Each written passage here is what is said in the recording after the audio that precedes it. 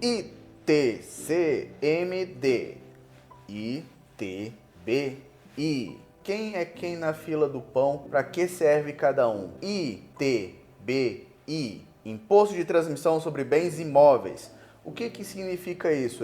É um imposto que possui fundamento no artigo 156 da Constituição Federal e o nome já diz, quando há uma transmissão do bem imóvel. E muitas das vezes, o primeiro elemento que a gente lembra é o quê? A compra e venda. Quando há uma transmissão inter vivos de forma onerosa, há a incidência, ou seja, na legislação tributária, a melhor terminologia que se fala é o fato gerador, ou seja, a transmissão do bem imóvel inter vivos. Por isso que há o sinônimo ITIV, ok, pessoal? Fiquem atentos, ele é de competência do município a partir da Constituição de 1988 e a maioria dos municípios aplica a alíquota de 3% sobre o valor venal do imóvel. O valor venal do imóvel é a base de cálculo, ou seja, é aquele elemento que a gente lembra do Paulo de Barros Carvalho, critério quantitativo, ou seja, alíquota vezes base de cálculo, ok? E é porque eu estou usando a teoria do Paulo de Barros Carvalho para vocês lembrar também do critério temporal do próximo imposto que eu vou falar, que é o Imposto de Transmissão, Causa-Mortes e Doação, ou seja, são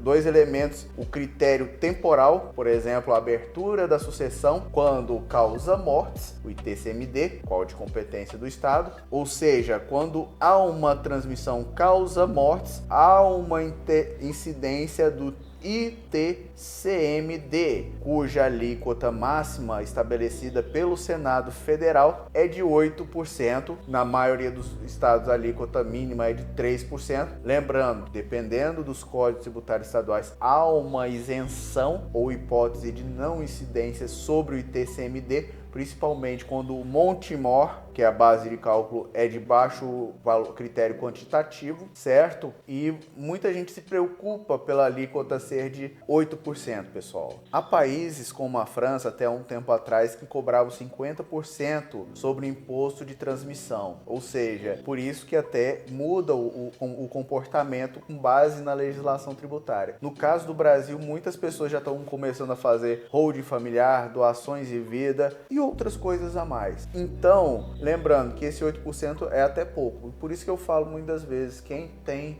potencial de receber uma herança de um valor alto, eu recomendo para vocês. Tenham um planejamento tributário até para fazer o pagamento do ITCMD. Eu vou falar como fazer isso em vídeos posteriores, em lives muito boas, por exemplo, que eu tenho com o Helder Dutra.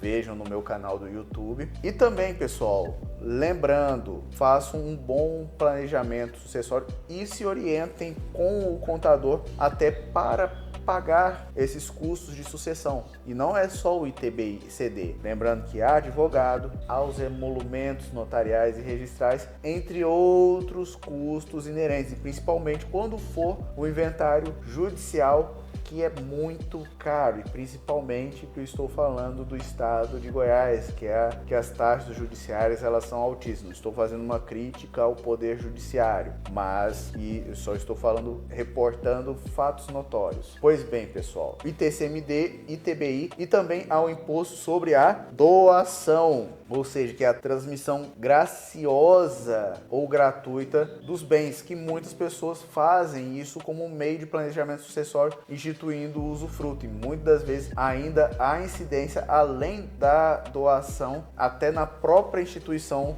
do usufruto, que isso é de constitucionalidade duvidosa, mas enquanto o Supremo Tribunal Federal não tiver manifestado sobre sua inconstitucionalidade, há a presunção kelseniana de constitucionalidade dessa norma. Quer saber mais? Me siga para mais dicas, leia a legislação tributária do seu estado ou de seu município versando sobre o tema, e estamos aqui para ajudar você numa boa qualidade de transmissão imobiliária.